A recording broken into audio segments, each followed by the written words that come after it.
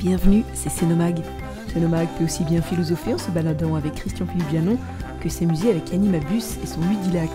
Mais pour commencer, rendez-vous au potager avec les amis du Vieux Sénot.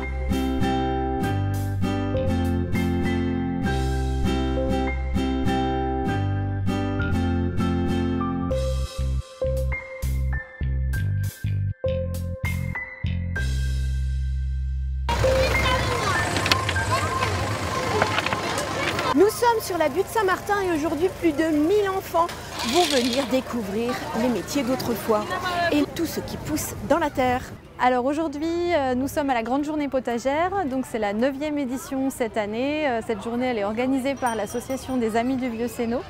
Donc on se trouve sur la butte Saint-Martin et on a le plaisir d'accueillir 1134 enfants exactement qui viennent de toutes les écoles et crèches de Sénot pour partager cette journée ensemble avec nos bénévoles. Cette idée est partie des Amis du Vieux Sénot qui ont décidé de montrer aux enfants la ville de Sénot d'une autre manière, en rappelant aussi tout ce qui doit dicter notre conduite aujourd'hui, à savoir le bien manger, à savoir l'agriculture, la nature. Ce n'est pas des briques de lait qui donnent du lait, c'est bien les vaches. Des exemples comme ça et les scolaires dès le plus jeune âge apprennent ça et c'est merveilleux. C'est important parce que c'est nos racines, ça fait partie de notre histoire. On a un site naturel qui est super et le fait que la population puisse venir profiter de ce site tout en découvrant l'origine des métiers d'antan. Le nouveau visage des Amis de Vieux Sénot, c'est elle, Julie Croquet, qui remplace depuis un mois Amélie Célita, partie du côté du pont de la Caille. Dis Julie, quels étaient les ateliers proposés à la journée potagère? Alors on leur propose différents ateliers, donc des ateliers tout d'abord liés aux saveurs qu'on peut trouver au jardin et dans la forêt, donc des ateliers de dégustation de miel, des ateliers de dégustation de fruits frais, on a aussi des découvertes du bois, de l'apiculture, les enfants peuvent aussi réaliser des rempotages, partir avec une petite plante en pot, ce qui leur plaît beaucoup. Et puis le clou de la journée, si j'ose dire, c'est la mini-ferme et les animaux, donc ça c'est un grand plaisir pour les enfants. Et le tour en tracteur, qui reste un bon souvenir. Je le vois qui arrive, voilà. 35 ans que les Amis du Vieux Sénot montrent comment, hier, nos aïeuls filaient la laine, conduisaient des tracteurs, tissaient des vêtements. Les enfants ont pu rempoter une plante et toucher la farine fraîchement moulue, mais également jouer à la rencontre des jeux d'autrefois. 1134 enfants ont pu participer à la journée potagère. 80 bénévoles, dont 20 étudiants de l'ISITA, ont œuvré pour faire de cette journée une réussite.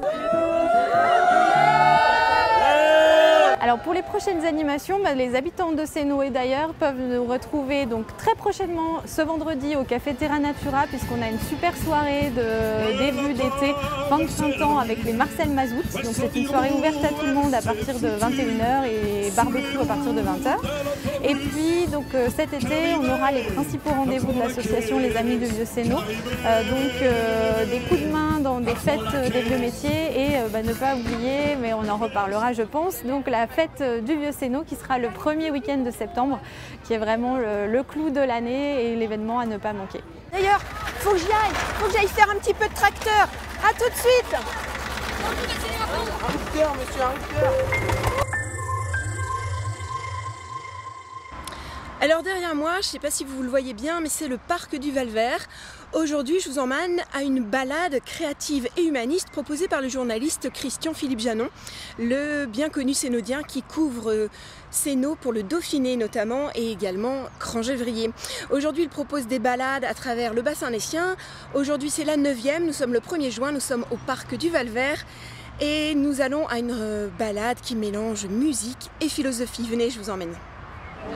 Quelle libellule plein la tête. Oh là là, oh là là, oh là là, oh là là. Fais pas de soucis pour moi. Oh là là, oh là là. Je sens pousser mes bras. Oh là là, mes yeux et mes oreilles. Oh là là, oh là là. Quelle libellule plein la tête. Oh là là, oh là là, oh là là, oh là là. Fais pas de soucis pour moi. Oh là là, oh là là. Était invité Jean-Paul Liaudet, un auteur-compositeur-interprète sénodien, avec plus de 150 chansons à son actif. Le journaliste Christian-Philippe Janon guidait et amenait le public à réfléchir avec le mot en citation, cette fois-ci sur la confiance. Aujourd'hui, c'est sur la confiance. Donc, comment ça se passe? Je le répète parce qu'il y en a pas mal qui viennent aussi pour la première fois. Le mot la confiance, et il y a 7 citations aux 7 couleurs de l'arc-en-ciel. Donc rouge, orange, jaune, vert, bleu, indigo et violet. Vous vous mettez par groupe de 2, 3, chemin faisant. Vous en discutez et après, il y a un petit porte-parole du groupe qui explique un petit peu ce qu'il a ressenti d'après cette citation. Quand on réalise quelque chose, plus on réalise des choses et plus on a confiance en soi. Si on perd cette confiance, je crois qu'on a du mal à avancer. Quand on a confiance aux gens, ça nous permet d'avancer, ça nous permet de rebondir, puis ça nous permet aussi parfois de se réaliser. Christian Philippe Janon, bonjour. Bonjour. On est aujourd'hui dans le parc de Valvert. Pourquoi ça? Expliquez-nous un petit peu. Le Valvert, c'est un lieu qui est poétique. C'est un lieu où il y a la rivière, où il y a des chemins, où il y a tous les ingrédients pour faire une balade musicale aujourd'hui avec Jean-Paul Liaudet. La partie philosophie, la philosophie se faisait en marchant au départ. Les philosophes le faisaient en marchant. Donc c'est presque un retour parce que c'est une partie philosophique. Et là, c'est le mot en citation, c'est-à-dire qu'il y a un mot, ici c'est le mot sur la confiance, il y a 7 citations sur ce mot, et les gens par petits groupes en discutent et après le restituent aux autres groupes. Donc la philosophie, c'est réfléchir sur le quotidien de chacun.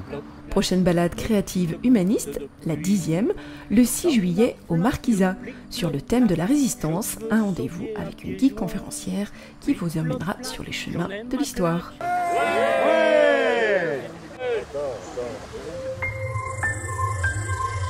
Le Festival du jeu d'Annecy, c'est Ludilac.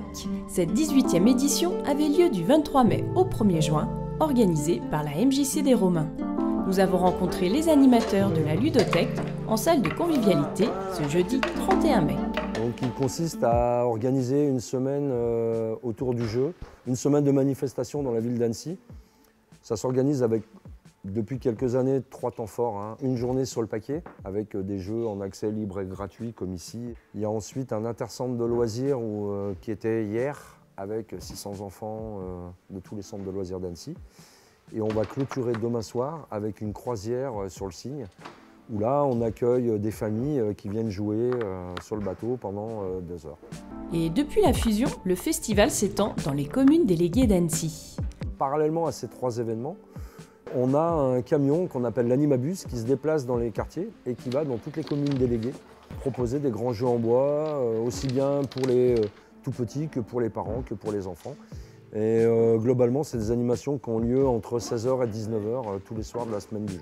Le Polyèdre était partenaire de l'animation de ce jeudi 31 mai. Et c'est comme ça que Manel est venue. Sandy, elle est passée au Polyèdre pour nous dire qu'il y avait des jeux si on voulait venir jouer. D'accord, et tu faisais quoi au Polyèdre? Mes devoirs. Ah oui, difficile de choisir entre les devoirs et les grands jeux de l'Animabus. Vous avez manqué cette animation? Pas de problème, la ludothèque est ouverte à tous. La ludothèque existe depuis maintenant 1 an, elle est 9 rue de la Solidarité à Annecy. Donc il y a des temps de permanence, on peut venir soit jouer sur place, donc le mardi soir, mercredi après-midi, vendredi soir et samedi matin. Donc soit jouer sur place, soit en prenant un abonnement à l'année, emprunter 2 jeux pour 3 semaines maximum et faire comme dans une bibliothèque, on peut emprunter des jeux. On en a plus de 1300. On a un espace petite enfance, on a des jeux surdimensionnés, bref, on a de quoi faire pour tout le monde. Ah mais j'ai gagné. Pourquoi? Hop. Ah non! Et oui, jouer, c'est toute l'année, et pas seulement pendant le festival du jeu. Alors venez faire un tour à la ludothèque. Et voici l'agenda des manifestations de Sénaux, communes déléguées. L'auditorium vous propose le lundi 11 juin à 19h30 du théâtre avec La Confucianite, une comédie de Colette et Valérie Roumanoff. Une pièce joyeuse pour parler d'un sujet grave, la maladie d'Alzheimer, organisée par l'EHPAD Résidence Le Grand Chêne.